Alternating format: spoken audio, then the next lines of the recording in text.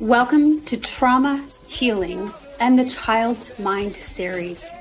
This journey was born from a powerful personal revelation, a mother's call to transform pain into purpose. We sincerely believe that even from the deepest wounds, wisdom can emerge. Through focused learning and nurturing, our expert team brings unique insights and powerful tools to help you shift your perspective and truly begin your healing journey. At Driven Livin', we're here to support you with resources like the Drive Collective, self-improvement courses, guided meditations, and journaling. If any part of this conversation triggers you, please find immediate professional resources listed in our description. This is our shared path to evolving our paths into wisdom together. I hope you enjoy the series.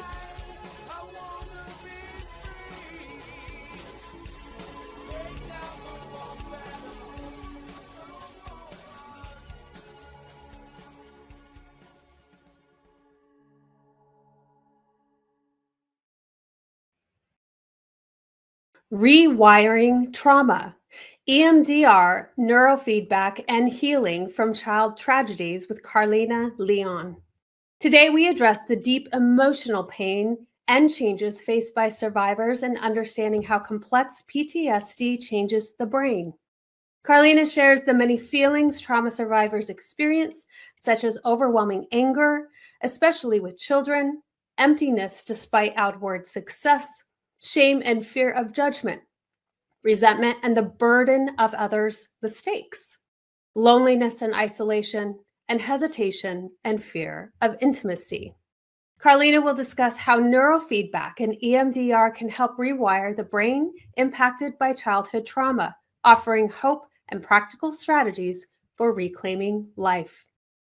Welcome to the Wellness Driven Life Show, where you're about to go on a wellness-driven ride.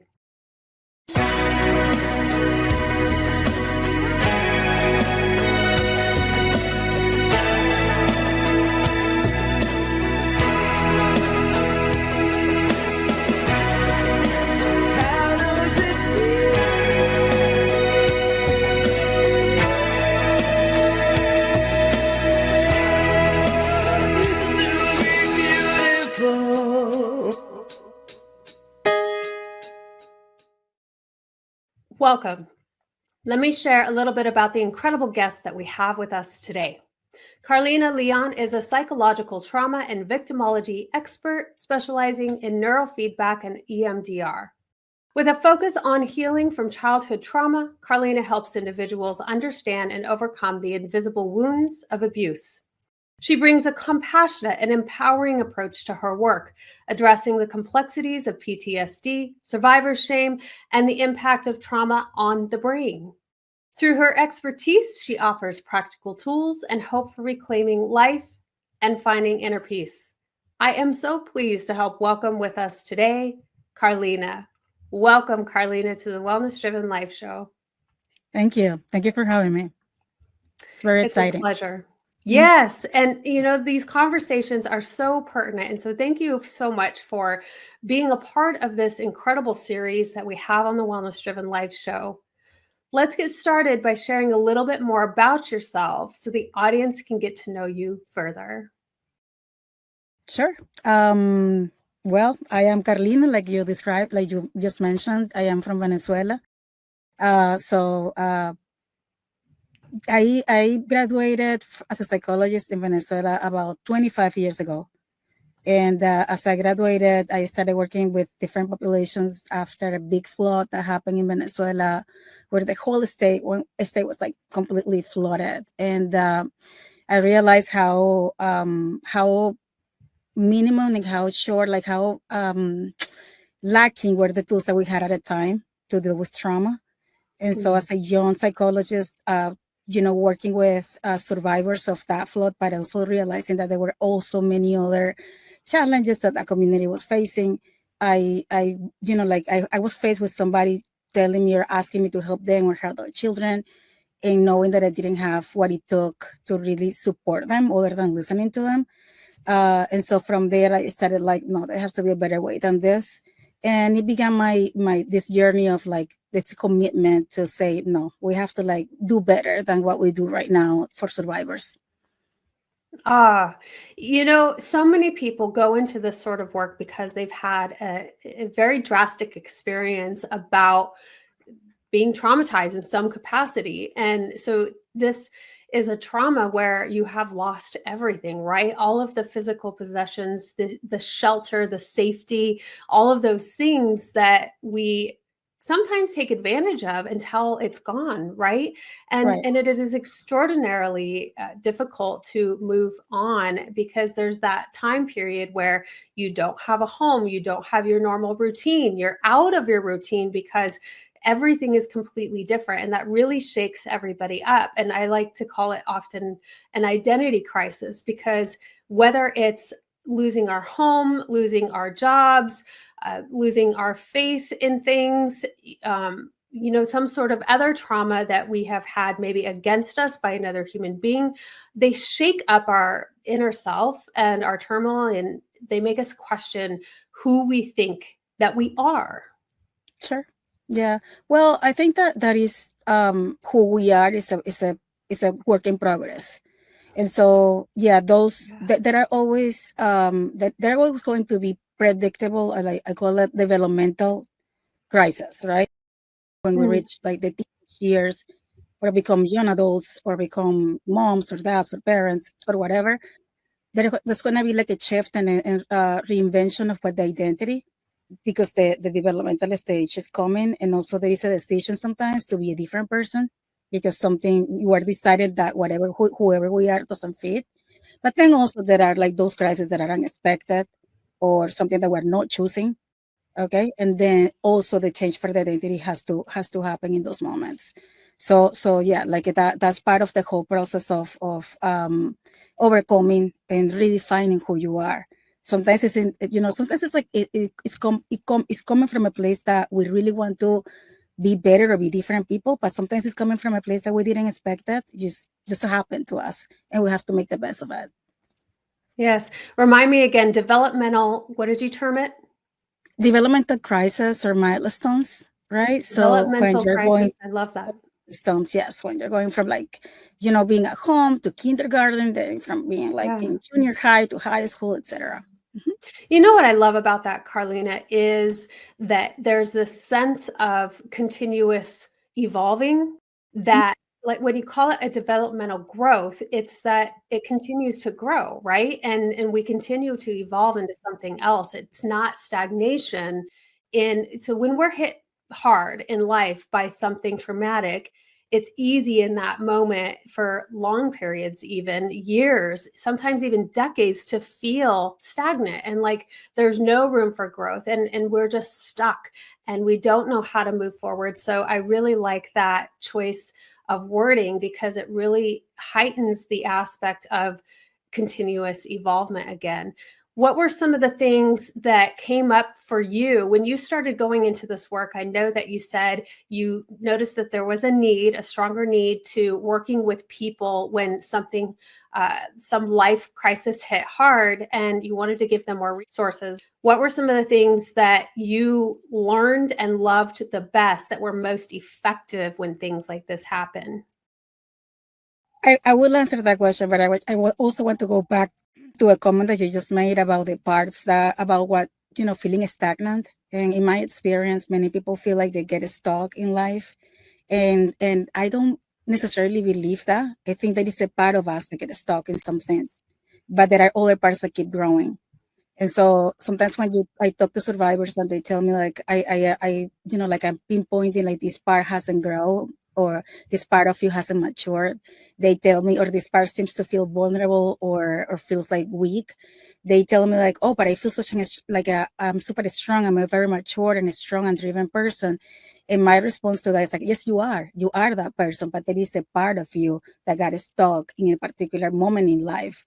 And because the emotional needs were not met, then that part didn't grow. But it doesn't negate the other parts of you that are evolving, using the word that you were using prior. And now going back to the question about what were the resources that I feel are the most useful, I think it's the general understanding that recovering from anything that has to do with mental health challenges doesn't go back. You don't have to go back to the past because it's not there. Even though the problem might have begun in some experiences that you had in your past, it doesn't mean that going to the past, you're going to find the solution. And I think it comes from the medical perspective where, like, if you have like a fever or something, so then, you know, like the doctor runs like some labs. And so they say like, oh, the problem is in the kidney or it's in the, like, whatever, some organ there. And then, you know, like they use the medication, treatment, something, and then the problem is solved. That's not the same thing with mental health. You can find, even if you can find the origin of a situation, it's not there. There is not going to be like the solution for that.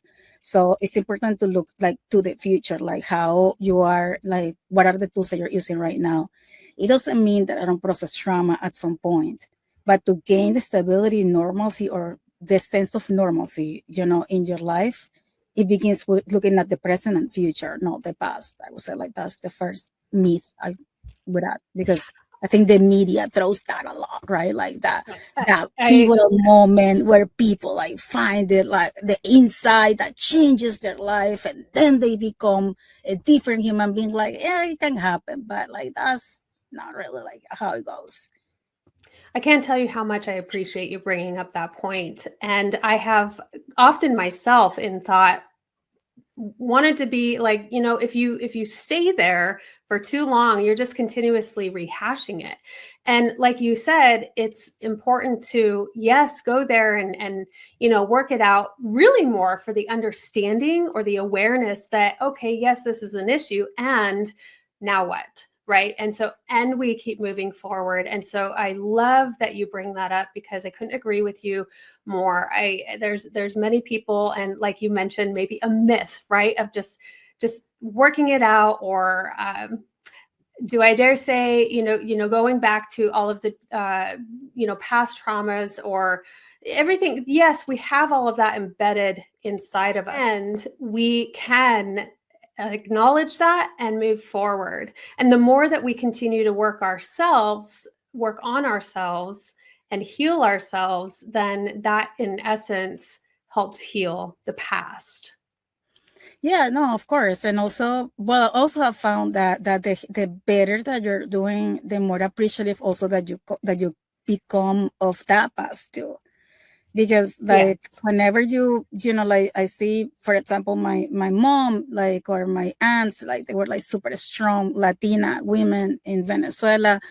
And I, you know, like, to at this day, I would, like, you know, at some point I would look back and I feel like, okay, that was a little bit too much, you know, like that was too strong. And then as I've been like dealing with life as a you know, Latina professional in the US, I realized that, you know, like, okay, there are some things that I get why they were acting that way, they were behaving that way, and so or they're responding or dealing with challenges that way. And so it's not that I'm gonna do the same thing, but I think that one of the I think the conclusions or the treasures, I'm gonna use that word, from processing trauma, is that you look back and it doesn't mean that you copy the same, you know, behavior, but you kind of like appreciate what happened there historically that let them to behave that way, or let them to choose what they chose. It doesn't mean justifying them, but it means like understanding there is a context for that behavior. And then, you know, because I mean, unless you have a like sociopath issue going on, but most people don't get up like, I'm gonna be the worst mother that I can be, I'm gonna be the worst father that I can be. Like, that's my goal. Nobody like has, unless you are in, you know, you're not in your right mind, right? And so then like it gives you that appreciation. So like that's another thing about looking at the past from a resolution standpoint, that is not like rehashing what happened, but it's having a narrative that includes the context of, without justifying, like assigning responsibility, no blame, responsibility, but also understanding and getting the wisdom that comes from that not being a blind spot, but being a conversation with insight. Absolutely. And it's kind of like walking in somebody else's shoes, right? Understanding that they just didn't have the knowledge or the resources that you have. And so it might even lead to you being able to forgive a little bit. And like you said, it's that understanding or that appreciation of your past and your experiences. And, I would also say that maybe that is a good way, a good tool to be able to have some compassion on yourself of how you responded in the past that you didn't care for. And just having that compassionate approach of, well, I just didn't know, and I didn't have the tools or the resources or the know-how. I wasn't mature enough, but now I know. And because of that, I respond differently to all situations moving forward. So this is an incredible conversation. We're going to take our commercial break, and then when we come back, we'll jump right back in. Stay tuned. Are you ready to take control of your ride to wellness? Rev up with Driven Living. Visit www.drivenliving.com and buckle up for a journey.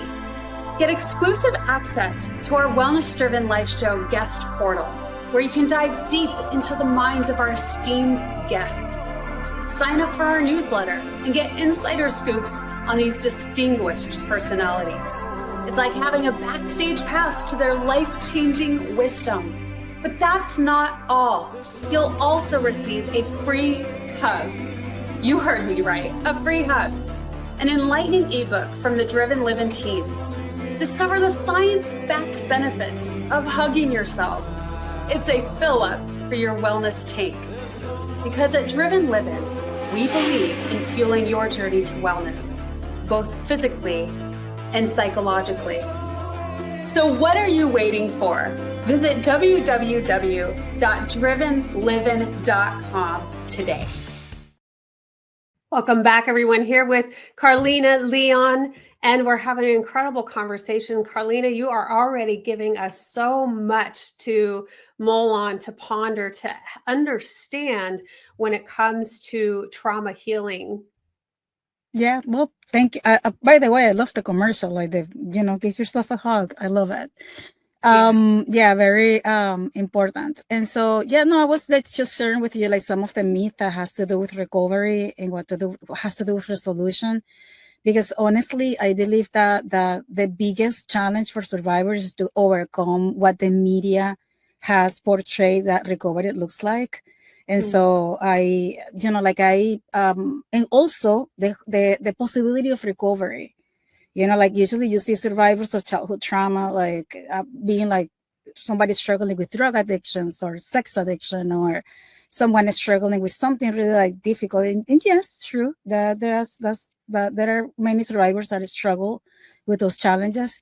But most of my patients and clients are people that are very high functioning, super successful, accomplished people. And yet they have challenges that come from the fact that they are survivors of childhood trauma. But then again, who doesn't have challenges? There are particular challenges that are specific to their reality, to their story. But then okay, everybody has them. So, and some of them, I'm not even sure if it is because we don't have that emotional, like what you were saying prior about having those tools and that information that we have right now. So I wonder that if some of those challenges are not coming from not having that emotional intelligence education, and what are the challenges that come from being a survivor of childhood trauma. But that's another part that I also, would like to put out there, highlight. It's not true. Just because you survive trauma, you are not part of this, it's the media that portrays survivors like that. It's not really true. No, it's not my experience. Yeah, I think that is a really lovely thing to bring up. And one essence of trauma that I think of when you talk about that is serving a military or something like that. The traumas that you experience with warfare, which is huge, right? That's not a small thing. That's very devastating. Right. You see a lot, and it comes quickly, and it comes often, and sometimes very long lasting. And I think that there is this stigma or aspect where people think, oh, well, they're just going to end up homeless on, the streets or what have you because they can't handle things. But there are so many who are, doing their best and thriving. And like you said, I think that there's that little glimmer of light within ourselves. There's something within ourselves that says, keep going, keep learning, reach out, all of those things. I feel very strongly that we come here to grow, to learn, and to continue doing so. It's a lifelong process, and that's part of it. Right. Well, I think it's also like there are some people that are like very open and comfortable, and they have reconciled with their identity as survivors of whatever type of trauma, childhood trauma, sexual assault, any type of sex crimes, or for the job that they have done. Okay, but there are others that they don't look for help because it's almost feeling like I don't want to be part of that group of losers that are like crying and like no, Pride. This community is not that. Like, they are excellent, accomplished, very well-known people, and not only accomplished, they are super brave, because they are facing like this horrible, very difficult, not even experiences, parts of themselves that they don't really like. They would like that to be erased. And they are dealing with that parts of themselves head on and saying like, yeah, I'm choosing to deal with this in this way, which is not super healthy and helpful. And I'm accepting that I'm doing that, and I'm taking action to change it. That takes like a lot of bravery. And so when people tell me like, or not tell me, but they kind of like indicate like, oh yeah, these people are like lazy, or not lazy, but like weak. And are you kidding me? Like, no, it's just the opposite. Like, to face yourself and to accept that you need help. Like, you think when somebody has like something going on, like some type of depression or anxiety, the steps that someone takes before looking for help, they get it, I don't know, facelift, or they get a new car, or they get a new suit, or they get a new pair of shoes or perfume. And when none of those things work, or they get a new boyfriend or girlfriend or partner or whatever, and then after like 6 or 5 things, they get like, oh, I think I might need help. And so then they look for like the amount of like work that takes to get there and to own it. Like, I need help. That's great. So makes a lot of I sense. hear somebody like saying like, no, or like indicating, no, that's kind of weak. Like, oh no, you don't know what you're saying. So that's another part that I would like to like disperse as a myth. Like, that's not true. Yeah, absolutely. I think it's very, very normal and natural to look for solutions outside of yourself. Those higher achievers where, okay, well, I'm just going to excel and excel and excel. There's people that are in school and they continuously strive to be the best and get the best grades, and then moving on into the work field, they're always, and when that doesn't still doesn't make you feel whole. Exactly. Or and then you start to understand that, okay, there's something else that I need to work on here. And so that's a very good point to bring up. Yeah. Well, like the process is like what we're talking about, what we just kind of like touch on about the lack of education about mental health. When like the education that our parents didn't have, or grandparents didn't have, and that we have a little bit more, but we need to like continue to raise awareness. I always say that in education, in primary, elementary education, we should be talking about interpersonal relationships and emotional intelligence and financial education. And we keep talking about math, calculus, and other things that are also important, but like money and relationships, by the way, when I said relationships, I don't only mean relationships to other people. I mean relationships with yourself, with your things, with your car, with your place that you live, with your relationship with food, with your body image. Like, so those are things that you will never escape, right? Like, from the moment that you're born, you start developing relationships with yourself and things around you. And so those are the things that we are not educated, right? And so, like that's why I want to bring this to people's attention, because it's not it's smart to get educated about the things that you are going to be dealing with for the rest of your life. Like I have patients that sometimes they tell me like, oh, my partner, she wants me to like go for the 5 languages of love. And I find that like a little bit lame. Like, are you serious? Like that's like having a girlfriend with a manual. Like go for it, because then you're not going to have to stumble to try to find out things. So like that isn't a smart move, like to try to get as much education about who you are. How does emotion show up in your body? How do you know like when you're anxious or you're angry, that you're sad, that you're open-hearted, that you're energized? How do you know what triggers that? What parts of you is being triggered as you go? Like that is such an important knowledge, you know? And so like the more that the more conscientious that you are, the more intentional that you're gonna get to be mindful about who you are, like how your body and your brain functions or operates, and then the more control that you're going to have about life and happiness altogether.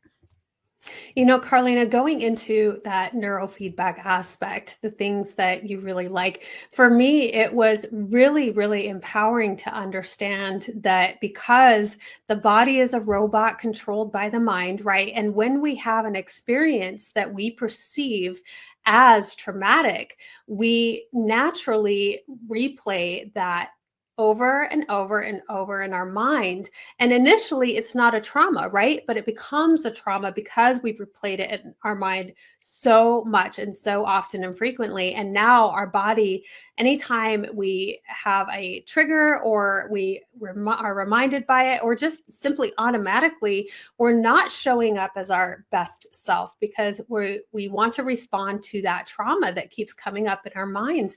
And so I think that was one of the most powerful things for me, because if you have the understanding of that, whatever we perceive the incident, the action, the event to be, is how it's going to show up within us.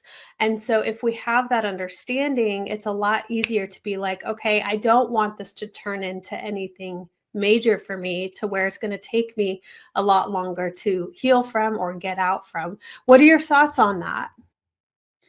Well, in my experience, it's of course it has to do with perception, but it also has to do with resources, like the resources that you had at the time.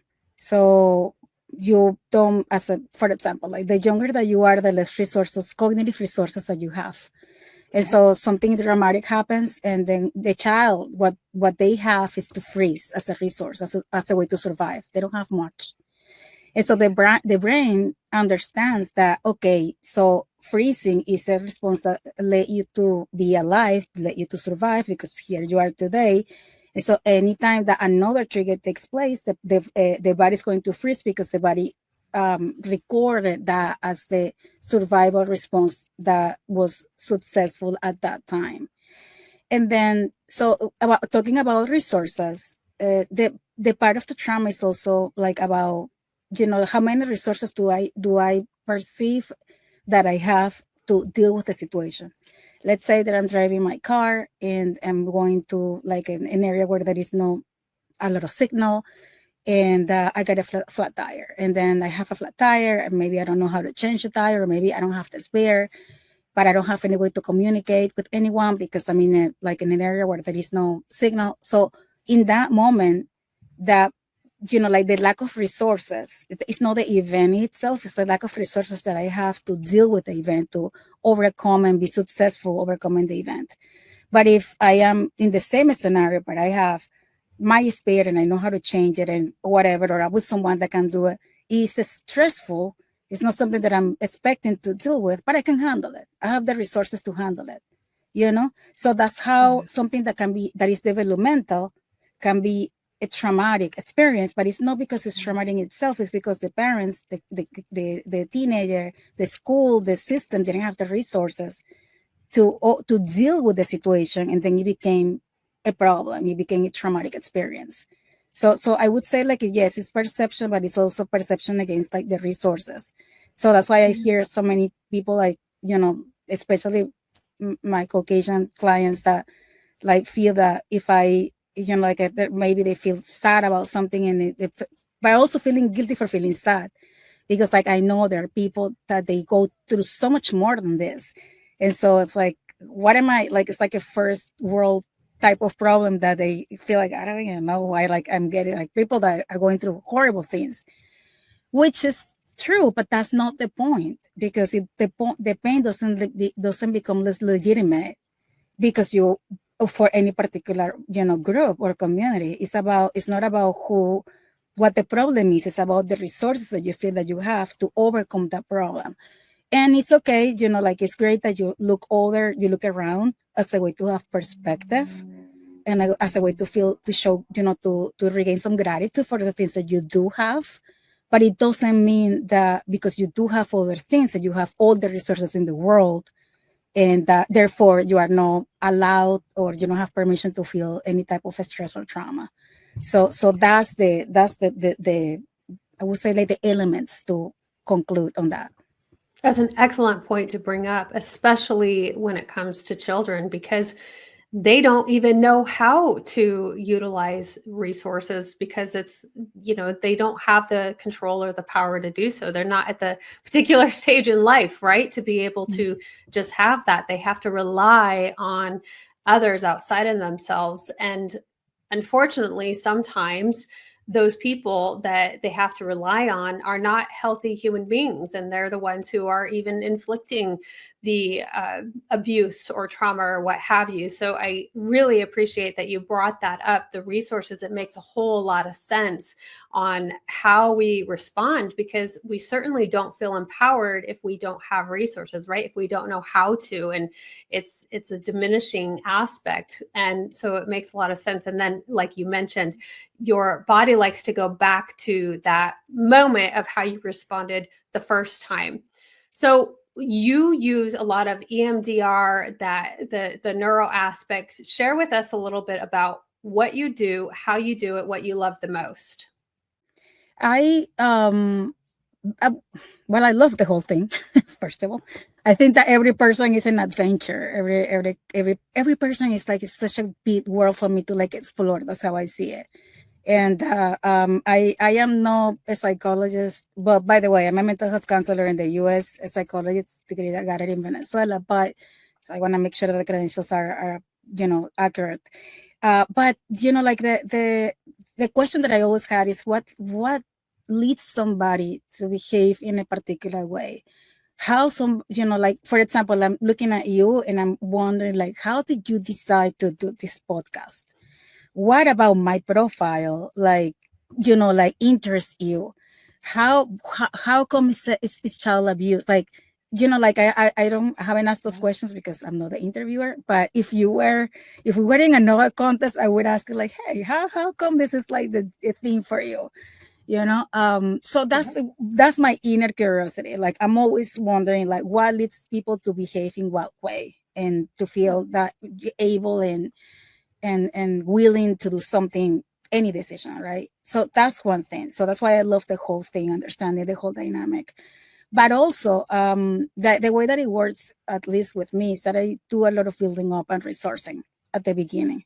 I don't begin with trauma. I don't even know what happens with the person at the first, like, 10 sessions or what have you. Like, I don't go there until I know that the person can handle it. So I start giving as many tools to cope and resources, and build in resourcing for the person as much as I can, until the person have their life a little bit normal or stable. Because I mean, lately it's more likely that people come to get help without having a crisis.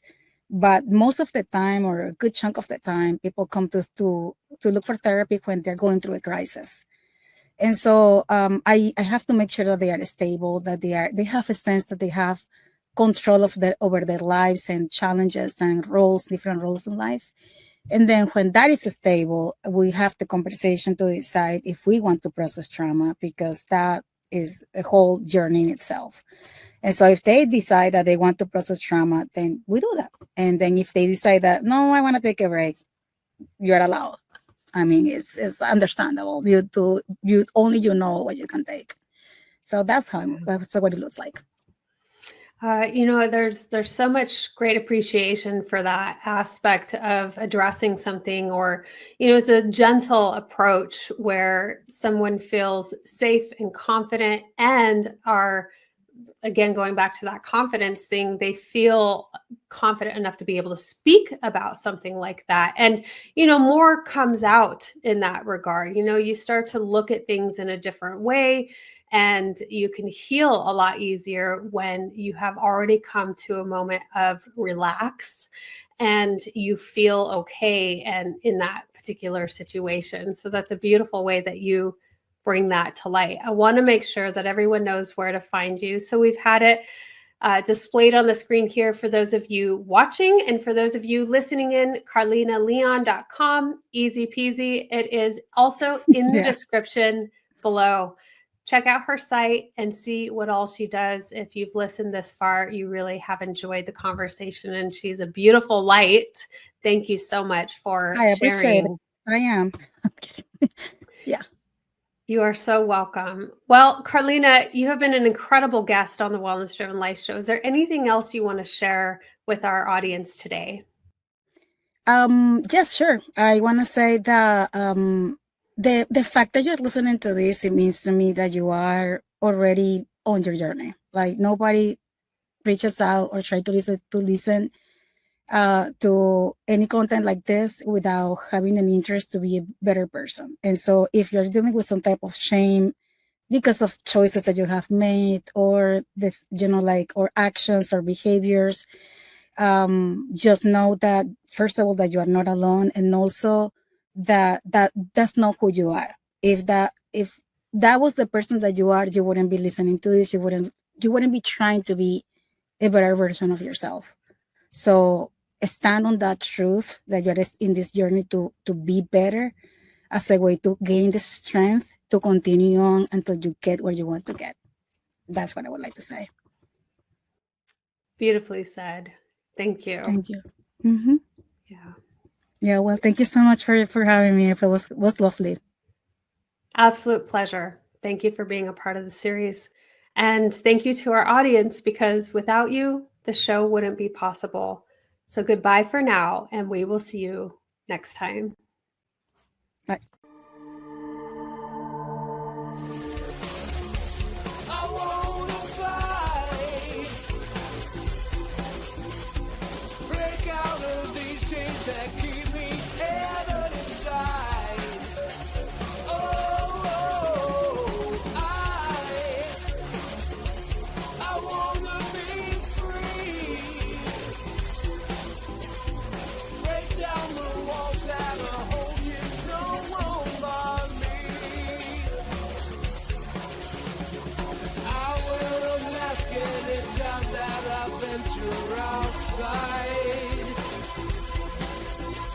I'm hoping this mask will provide me a safe place to hide.